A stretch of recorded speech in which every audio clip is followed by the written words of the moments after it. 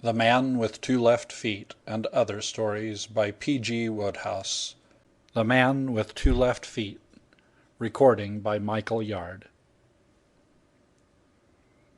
Students of the folklore of the United States of America are no doubt familiar with the quaint old story of Clarence McFadden.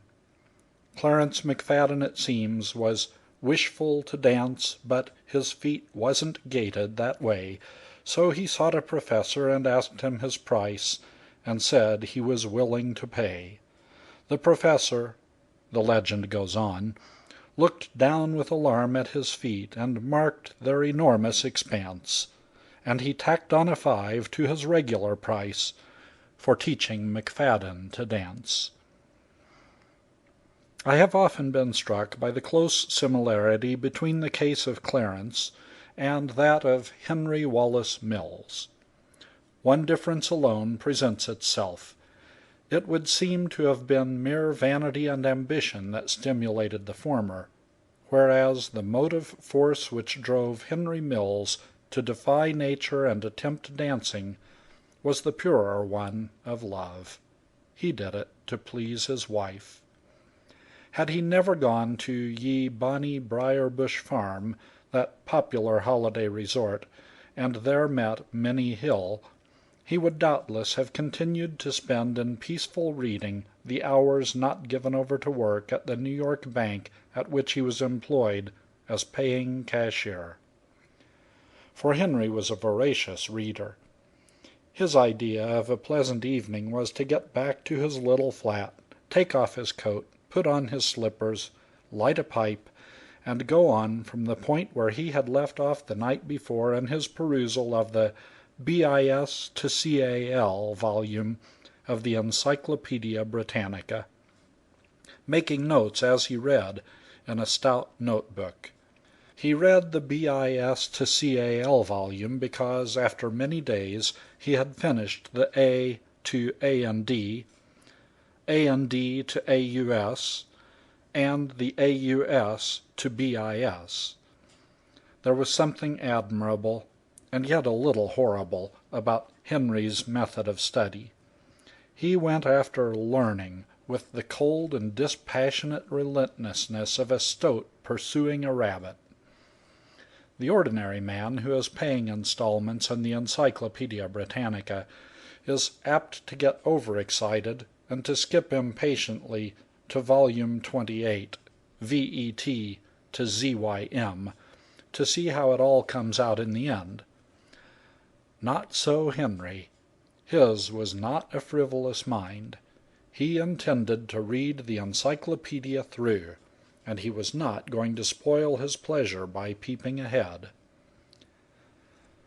It would seem to be an inexorable law of nature that no man shall shine at both ends.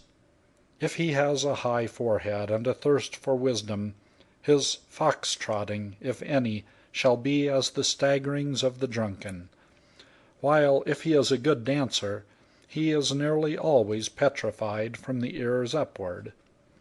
No better examples of this law could have been found than Henry Mills and his fellow cashier, Sidney Mercer.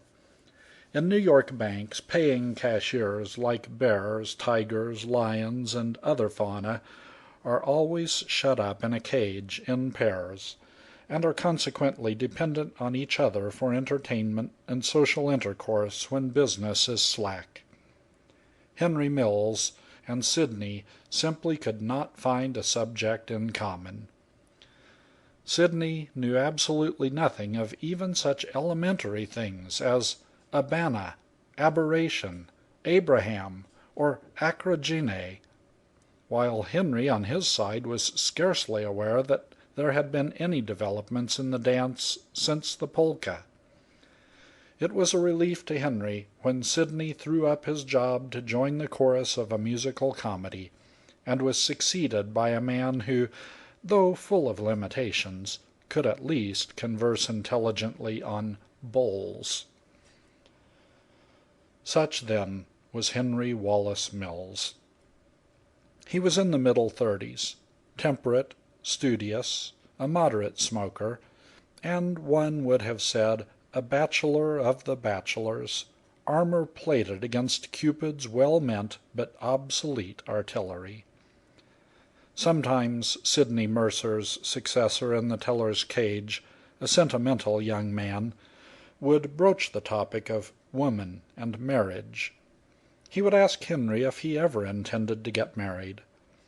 On such occasions Henry would look at him in a manner which was a blend of scorn, amusement, and indignation, and would reply with a single word: "Me?"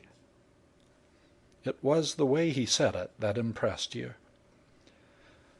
But Henry had yet to experience the unmanning atmosphere of a lonely summer resort. He had only just reached the position in the bank where he was permitted to take his annual vacation in the summer. Hitherto he had always been released from his cage during the winter months, and had spent his 10 days of freedom at his flat with a book in his hand and his feet on the radiator. But the summer after Sidney Mercer's departure, they unleashed him in August. It was meltingly warm in the city. Something in Henry cried out for the country. For a month before the beginning of his vacation, he devoted much of the time that should have been given to the Encyclopedia Britannica in reading summer resort literature. He decided at length upon Ye Bonny Briar Bush Farm because the advertisements spoke so well of it. Ye Bonny Briar Bush Farm was a rather battered frame building many miles from anywhere. Its attractions included a lover's leap, a grotto, golf links, a 5-hole course where the enthusiast found unusual hazards in the shape of a number of goats tethered at intervals between the holes, and a silvery lake, only portions of which were used as a dumping ground for tin cans and wooden boxes. It was all new and strange to Henry and caused him an odd exhilaration. Something of gaiety and reckless abandon began to creep into his veins. He had a curious feeling that, in these romantic surroundings, some adventure ought to happen to him. At this juncture, Minnie Hill arrived. She was a small, slim girl, thinner and paler than she should have been, with large eyes that seemed to Henry pathetic and stirred his chivalry. He began to think a good deal about Minnie Hill. And then one evening he met her on the shores of the silvery lake. He was standing there, slapping at things that looked like mosquitoes but could not have been, for the advertisements expressly stated that none were ever found in the neighborhood of Ye Bonny Briar Bush Farm, when along she came. She walked slowly, as if she were tired. A strange thrill, half of pity, half of something else, ran through Henry. He looked at her. She looked at him. "Good evening," he said. They were the first words he had spoken to her. She never contributed to the dialogue of the dining-room, and he had been too shy to seek her out in the open. She said good evening, too, tying the score. And there was silence for a moment.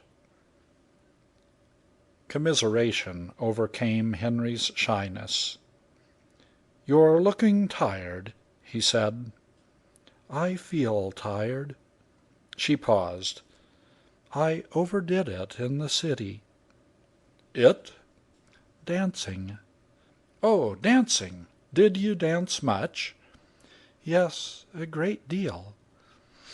"Ah." A promising, even a dashing start. But how to continue? For the first time Henry regretted the steady determination of his methods with the encyclopedia. How pleasant if he could have been in a position to talk easily of dancing! Then memory reminded him that, though he had not yet got up to dancing, it was only a few weeks before that he had been reading of the ballet. "I don't dance myself," he said, "but I am fond of reading about it. Did you know that the word ballet incorporated three distinct modern words, ballet, ball, and ballad, and that ballet dancing was originally accompanied by singing?" It hit her. It had her weak. She looked at him with awe in her eyes. One might almost say that she gaped at Henry. "I hardly know anything," she said. "The first descriptive ballet seen in London, England," said Henry quietly, "was the Tavern Bilkers, which was played at Drury Lane in 17 something." "Was it?" "And the earliest modern ballet on record was that given by someone to celebrate the marriage of the Duke of Milan in 1489. There was no doubt or hesitation about the date this time. It was grappled to his memory by hoops of steel, owing to the singular coincidence of it being also his telephone number. He gave it out with a roll, and the girl's eyes widened. "What an awful lot you know!" "Oh, no," said Henry modestly. "I read a great deal." "It must be splendid to know a lot," she said wistfully. "I've never had time for reading. I've always wanted to. I think you're wonderful." Henry's soul was expanding like a flower and purring like a well-tickled cat. Never in his life had he been admired by a woman. The sensation was intoxicating. Silence fell upon them. They started to walk back to the farm, warned by the distant ringing of a bell that supper was about to materialize. It was not a musical bell, but distance and the magic of this unusual moment lent it charm. The sun was setting. It threw a crimson carpet across the silvery lake. The air was very still. The creatures, unclassified by science, who might have been mistaken for mosquitoes had their presence been possible at Ye Bonny Briarbush Farm, were biting harder than ever. But Henry heeded them not. He did not even slap at them. They drank their fill of his blood and went away to put their friends onto this good thing. But for Henry they did not exist. Strange things were happening to him. And lying awake that night in bed, he recognized the truth. He was in love. After that, for the remainder of his stay, they were always together. They walked in the woods. They sat by the silvery lake. He poured out the treasures of his learning for her, and she looked at him with reverent eyes, uttering from time to time a soft "Yes," or a musical "Gee." In due season, Henry went back to New York. "You're dead wrong about love, Mills," said his sentimental fellow cashier shortly after his return. "You ought to get married." "I'm going to," replied Henry briskly. "Week tomorrow." Which stunned the other so thoroughly that he gave a customer who entered at that moment $15 for a $10 check, and had to do some excited telephoning after the bank had closed. Henry's first year as a married man was the happiest of his life. He had always heard this period described as the most perilous of matrimony. He had braced himself for clashings of tastes, painful adjustments of character, sudden and unavoidable quarrels. Nothing of the kind happened. From the very beginning they settled down in perfect harmony. She merged with his life as smoothly as one river joins another. He did not even have to alter his habits. Every morning he had his breakfast at 8, smoked a cigarette, and walked to the underground. At 5 he left the bank, and at 6 he arrived home, for it was his practice to walk the first 2 miles of the way, breathing deeply and regularly. Then dinner, then the quiet evening. Sometimes the moving pictures, but generally the quiet evening, he reading the encyclopedia, aloud now, Minnie darning his socks, but never ceasing to listen. Each day brought the same sense of grateful amazement that he should be so wonderfully happy, so extraordinarily peaceful. Everything was as perfect as it could be. Minnie was looking a different girl. She had lost her drawn look. She was filling out. Sometimes he would suspend his reading for a moment and look across at her. At first he would see only her soft hair as she bent over her sewing. Then, wondering at the silence, she would look up, and he would meet her big eyes. And then Henry would gurgle with happiness and demand of himself silently, "Can you beat it?" It was the anniversary of their wedding. They celebrated it in fitting style. They dined at a crowded and exhilarating Italian restaurant on a street off 7th Avenue, where red wine was included in the bill, and excitable people, probably extremely clever, sat round at small tables and talked all together at the top of their voices. After dinner they saw a musical comedy. And then, the great event of the night, they went on to supper at a glittering restaurant near Times Square. There was something about supper at an expensive restaurant which had always appealed to Henry's imagination. Earnest devourer as he was of the solids of literature, he had tasted from time to time its lighter face, those novels which begin with the hero supping in the midst of the glittering throng, and having his attention attracted to a distinguished-looking elderly man with a gray imperial, who is entering with a girl so strikingly beautiful that the revelers turn as she passes to look after her. And then, as he sits and smokes, a waiter comes up to the hero and, with a soft "Pardon, monsieur," hands him a note. The atmosphere of Geisenheimer's suggested all that sort of thing to Henry. They had finished supper, and he was smoking a cigar, his second that day. He leaned back in his chair and surveyed the scene.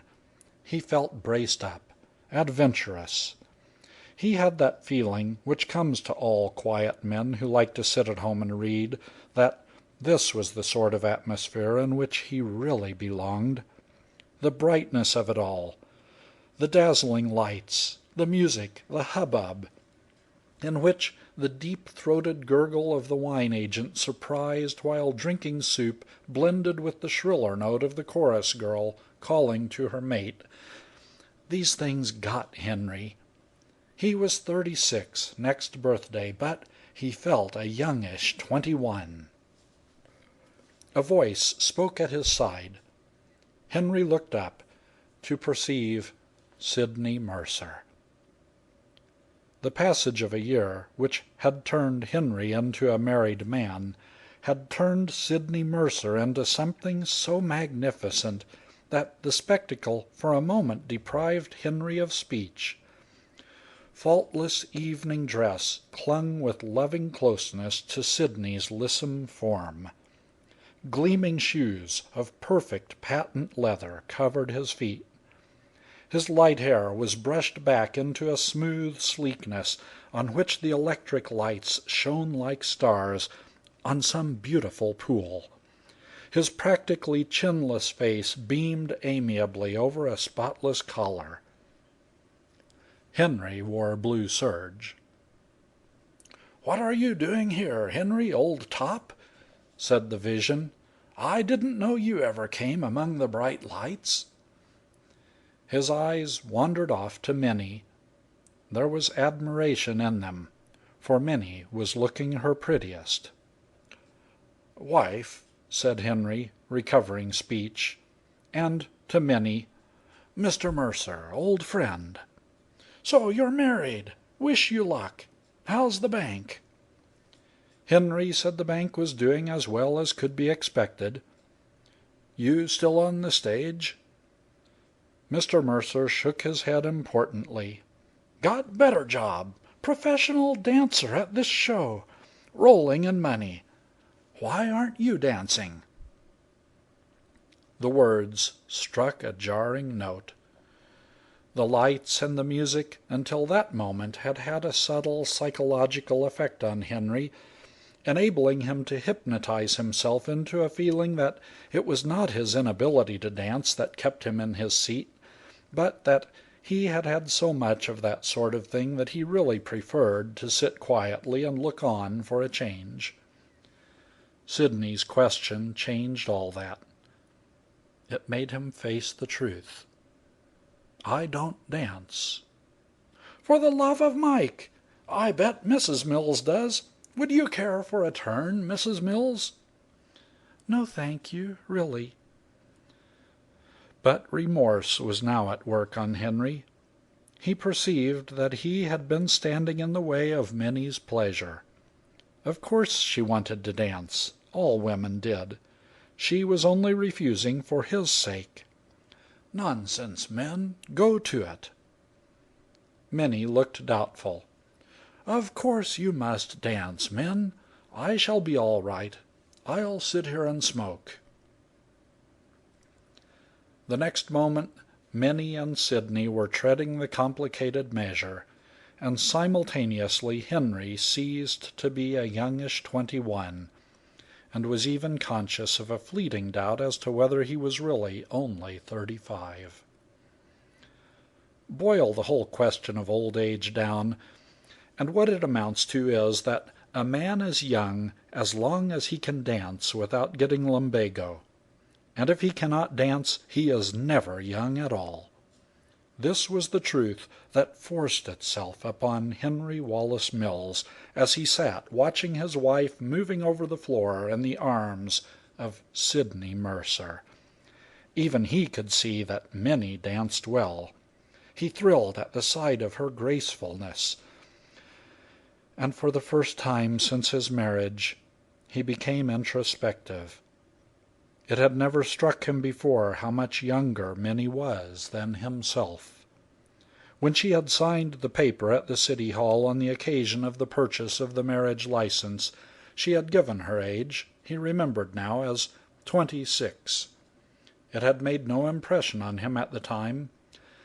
Now, however, he perceived clearly that between 26 and 35 there was a gap of 9 years, and a chill sensation came upon him of being old and stodgy. How dull it must be for poor little Minnie to be cooped up night after night with such an old fogey. Other men took their wives out and gave them a good time, dancing half the night with them. All he could do was to sit at home and read Minnie dull stuff from the encyclopedia. What a life for the poor child! Suddenly he felt acutely jealous of the rubber-jointed Sidney Mercer, a man whom hitherto he had always heartily despised. The music stopped. They came back to the table, Minnie with a pink glow on her face that made her younger than ever, Sidney, the insufferable ass, grinning and smirking and pretending to be 18. They looked like a couple of children. Henry, catching sight of himself in a mirror, was surprised to find that his hair was not white. Half an hour later, in the cab going home, Minnie, half asleep, was aroused by a sudden stiffening of the arm that encircled her waist, and a sudden snort close to her ear. It was Henry Wallace Mills resolving that he would learn to dance. Being of a literary turn of mind, and also economical, Henry's first step towards his new ambition was to buy a 50-cent book entitled The ABC of Modern Dancing, by Tango. It would, he felt, not without reason, be simpler and less expensive if he should learn the steps by the aid of this treatise than by the more customary method of taking lessons. But quite early in the proceedings he was faced by complications. In the first place, it was his intention to keep what he was doing a secret from Minnie, in order to be able to give her a pleasant surprise on her birthday, which would be coming round in a few weeks.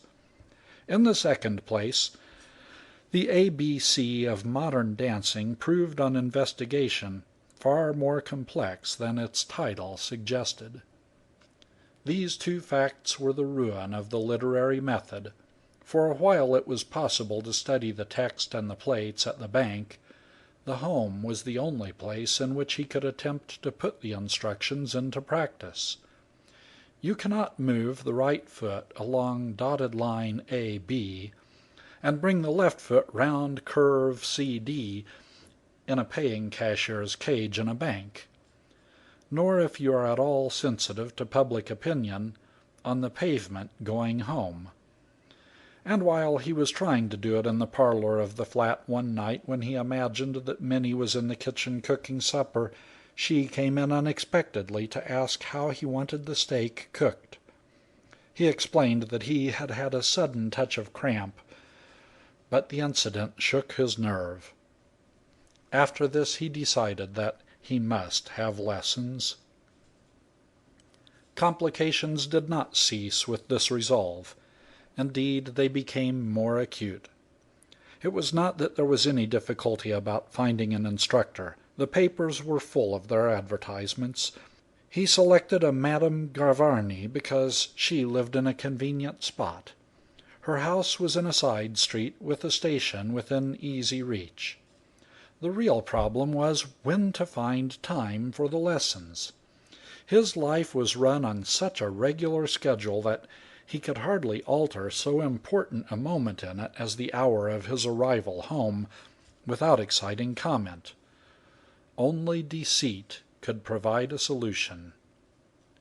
"Min, dear," he said at breakfast. "Yes, Henry?" Henry turned mauve. He had never lied to her before. "I'm not getting enough exercise." "Why, you look so well." "I get a kind of heavy feeling sometimes. I think I'll put another mile or so to my walk on my way home. So I'll be back a little later in the future." "Very well, dear." It made him feel like a particularly low type of criminal. But by abandoning his walk he was now in a position to devote an hour a day to the lessons, and Madame Gavarni had said that that would be ample. "Sure, Bill," she had said. She was a breezy old lady with a military mustache and an unconventional manner with her clientele. "You come to me an hour a day, and if you haven't 2 left feet, we'll make you the pet of society in a month." "Is that so?" "It sure is. I never had a failure yet with a pup, except one, and that wasn't my fault." "Had he 2 left feet?" "Hadn't any feet at all. Fell off of a roof after the second lesson, and had to have 'em cut off him. At that I could have learned him to tango with wooden legs, only he got kind of discouraged. Well, see you Monday, Bill. Be good." And the kindly old soul, retrieving her chewing gum from the panel of the door where she had placed it to facilitate conversation, dismissed him. And now began what in later years Henry unhesitatingly considered the most miserable period of his existence. There may be times when a man who has passed his first youth feels more unhappy and ridiculous than when he is taking a course of lessons in the modern dance, but it is not easy to think of them. Physically, his new experience caused Henry acute pain. Muscles whose existence he had never suspected came into being for, apparently, the sole purpose of aching. Mentally, he suffered even more. This was partly due to the peculiar method of instruction in vogue at Madame Gavarni's, and partly due to the fact that, when it came to the actual lessons, a sudden niece was produced from a back room to give them. She was a blonde young lady with laughing blue eyes, and Henry never clasped her trim waist without feeling a black-hearted traitor to his absent Minnie. Conscience racked him. Add to this the sensation of being a strange, jointless creature with abnormally large hands and feet, and the fact that it was Madame Gavarni's custom to stand in a corner of the room during the hour of tuition, chewing gum and making comments, and it is not surprising that Henry became wan and thin. Madame Gavarni had the trying habit of endeavoring to stimulate Henry by frequently comparing his performance and progress with that of a cripple whom she claimed to have taught at some previous time. She and the niece would have spirited arguments in his presence as to whether or not the cripple had one step better after his third lesson than Henry after his fifth. The niece said no. As well, perhaps, but not better. Madame Gavarni said that the niece was forgetting the way the cripple had slid his feet. The niece said, yes, that was so. Maybe she was. Henry said nothing. He merely perspired. He made progress slowly. This could not be blamed upon his instructress, however. She did all that one woman could do to speed him up. Sometimes she would even pursue him into the street in order to show him on the sidewalk a means of doing away with some of his numerous errors of technique, the elimination of which would help to make him definitely the cripple's superior.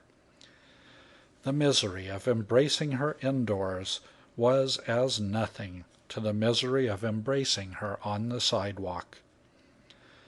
Nevertheless, having paid for his course of lessons in advance, and being a determined man, he did make progress. One day, to his surprise, he found his feet going through the motions without any definite exercise of willpower on his part, almost as if they were endowed with an intelligence of their own. It was the turning point. It filled him with a singular pride such as he had not felt since his first rise of salary at the bank. Madame Gavarni was moved to dignified praise. "Some speed, kid," she observed. "Some speed." Henry blushed modestly. It was the accolade. Every day, as his skill at the dance became more manifest, Henry found occasion to bless the moment when he had decided to take lessons. He shuddered sometimes at the narrowness of his escape from disaster. Every day now it became more apparent to him, as he watched Minnie, that she was chafing at the monotony of her life. That fatal supper had wrecked the peace of their little home. Or perhaps it had merely precipitated the wreck. Sooner or later, he told himself, she was bound to have wearied of the dullness of her lot. At any rate, dating from shortly after that disturbing night, a lack of ease and spontaneity seemed to creep into their relations. A blight settled on the home. Little by little, Minnie and he were growing almost formal towards each other.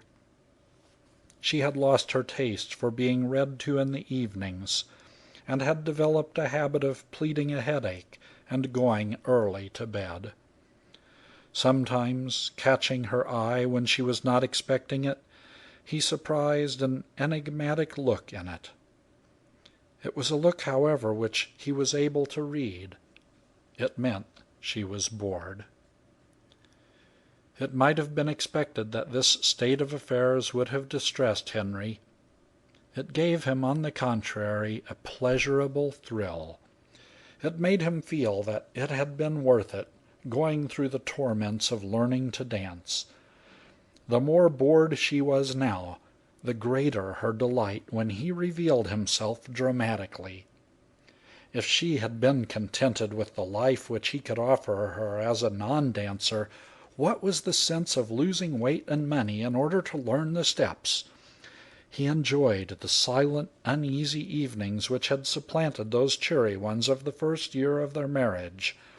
The more uncomfortable they were now, the more they would appreciate their happiness later on. Henry belonged to the large circle of human beings who consider that there is a cuter pleasure in being suddenly cured of toothache than in never having toothache at all. He merely chuckled inwardly, therefore, when on the morning of her birthday, having presented her with a purse which he knew she had long coveted, he found himself thanked in a perfunctory and mechanical way. "I'm glad you like it," he said. Minnie looked at the purse without enthusiasm. "It's just what I wanted," she said listlessly. "Well, I must be going. I'll get the tickets for the theater while I'm in town." Minnie hesitated for a moment. "I don't believe I want to go to the theater much tonight, Henry." "Nonsense! We must have a party on your birthday. We'll go to the theater, and then we'll have supper at Geisenheimer's again. I may be working after hours at the bank today, so I guess I won't come home. I'll meet you at that Italian place at 6.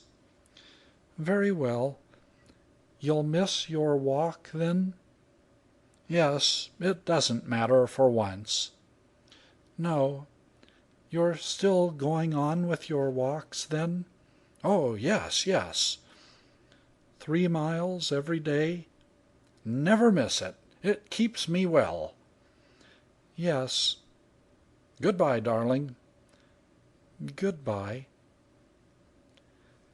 Yes, there was a distinct chill in the atmosphere.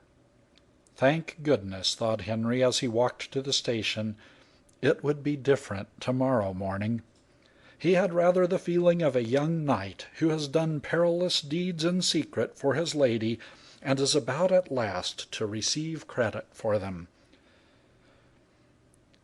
Geisenheimer's was as brilliant and noisy as it had been before when Henry reached it that night, escorting a reluctant Minnie.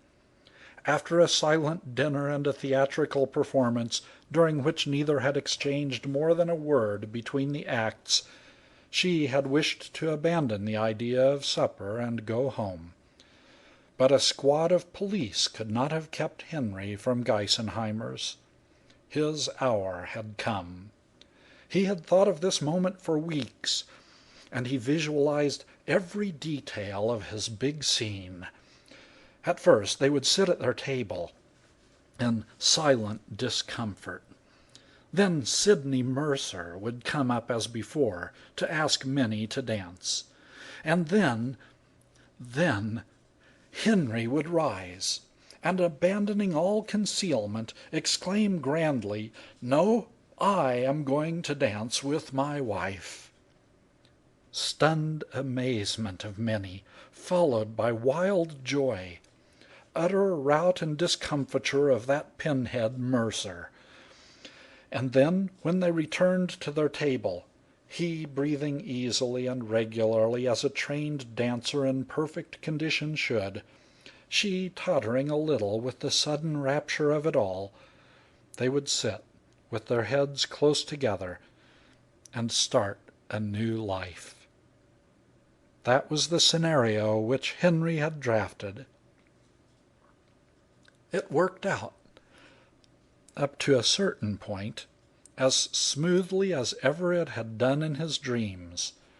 The only hitch which he had feared, to wit, the non-appearance of Sidney Mercer, did not occur. It would spoil the scene a little, he had felt, if Sidney Mercer did not present himself to play the role of foil. But he need have had no fears on this point.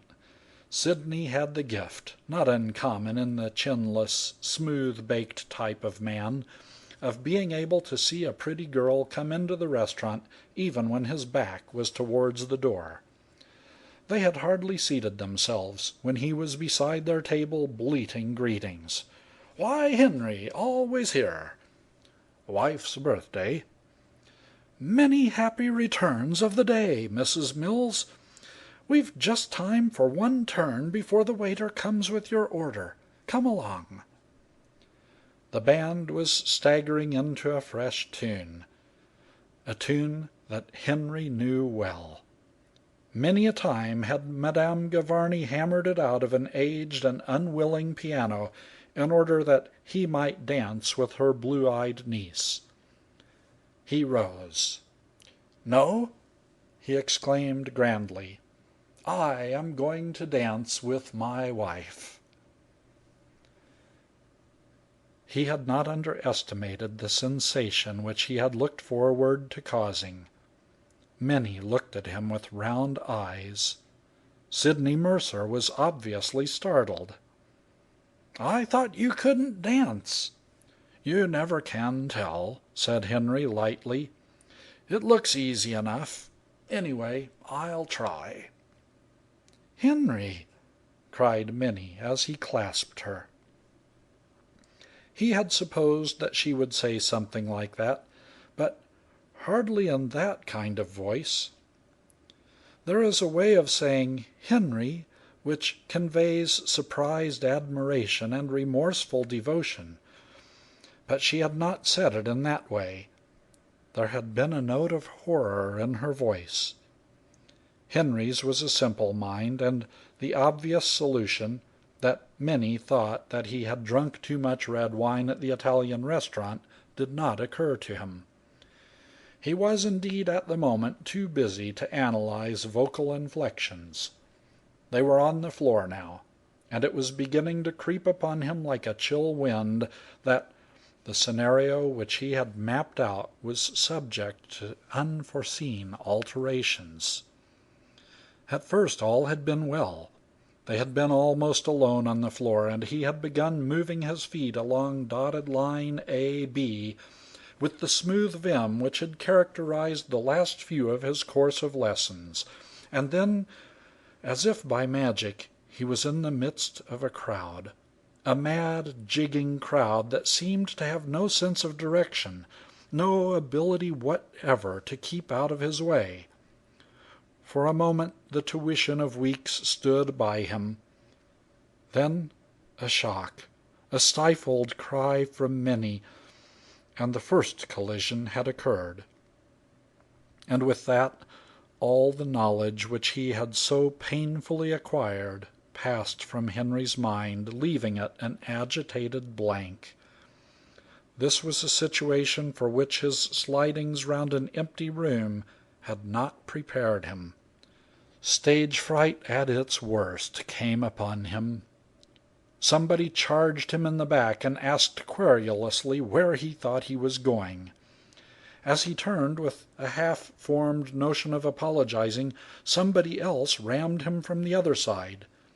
He had a momentary feeling as if he were going down the Niagara Rapids in a barrel, and then he was lying on the floor with Minnie on top of him.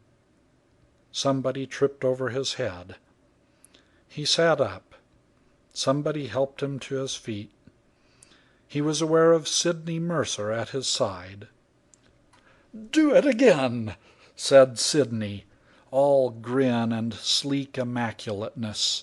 "It went down big, but lots of them didn't see it." The place was full of demon laughter. "Men," said Henry. They were in the parlor of their little flat. Her back was towards him, and he could not see her face. She did not answer. She preserved the silence which she had maintained since they had left the restaurant. Not once during the journey home had she spoken. The clock on the mantelpiece ticked on. Outside, an elevated train rumbled by.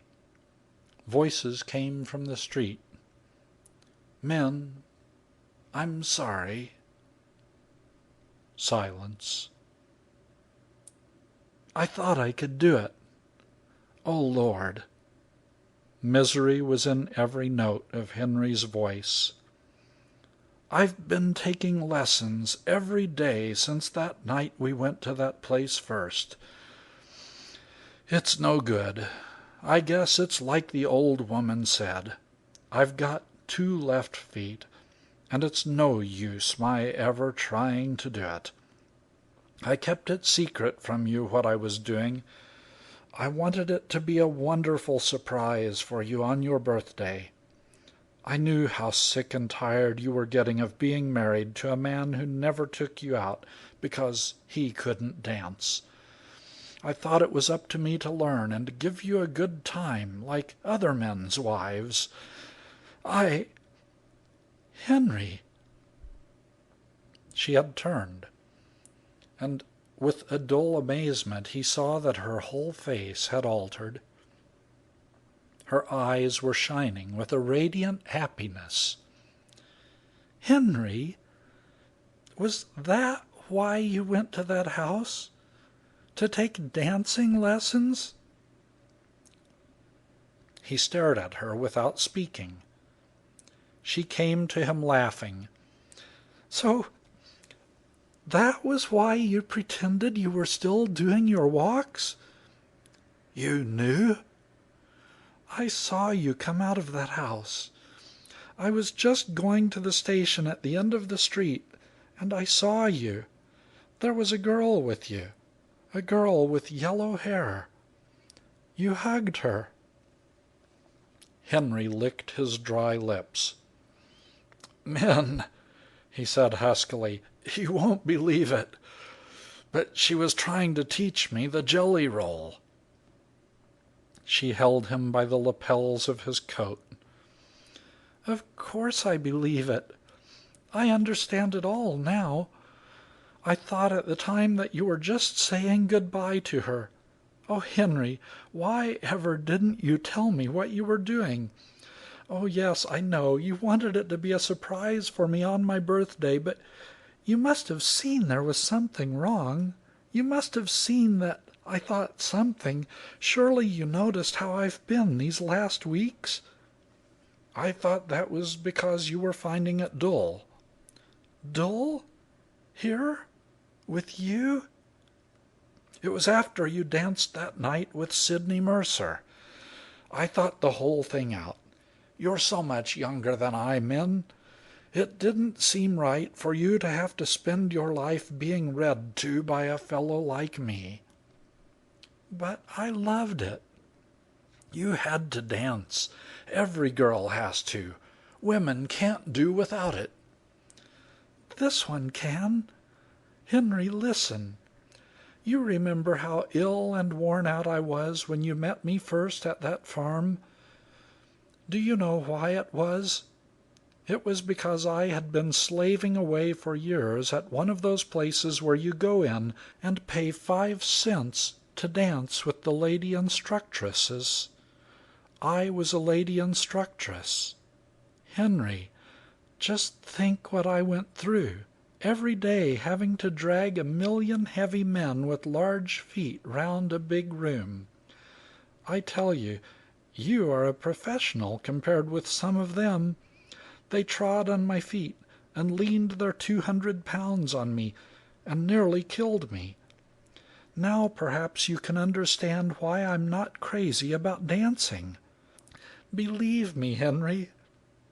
The kindest thing you can do to me is to tell me I must never dance again." You... He gulped. "Do you really mean that you can stand the sort of life we're living here? You really don't find it dull?" "Dull?"